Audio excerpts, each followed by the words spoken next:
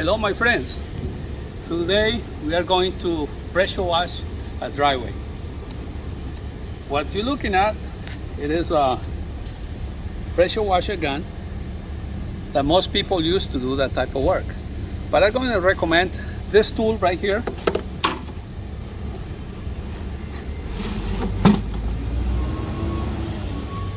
Which is going to make our job a lot easier.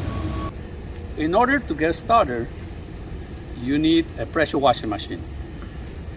Right here I have this one, which is 4200 psi, but you can use a lower psi from 2000 and up. Before you start, you need to connect your garden hose here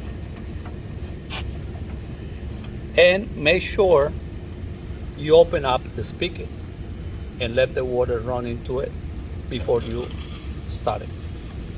Now, right here, we have this hose that goes right in the end of this. And then you push it back up.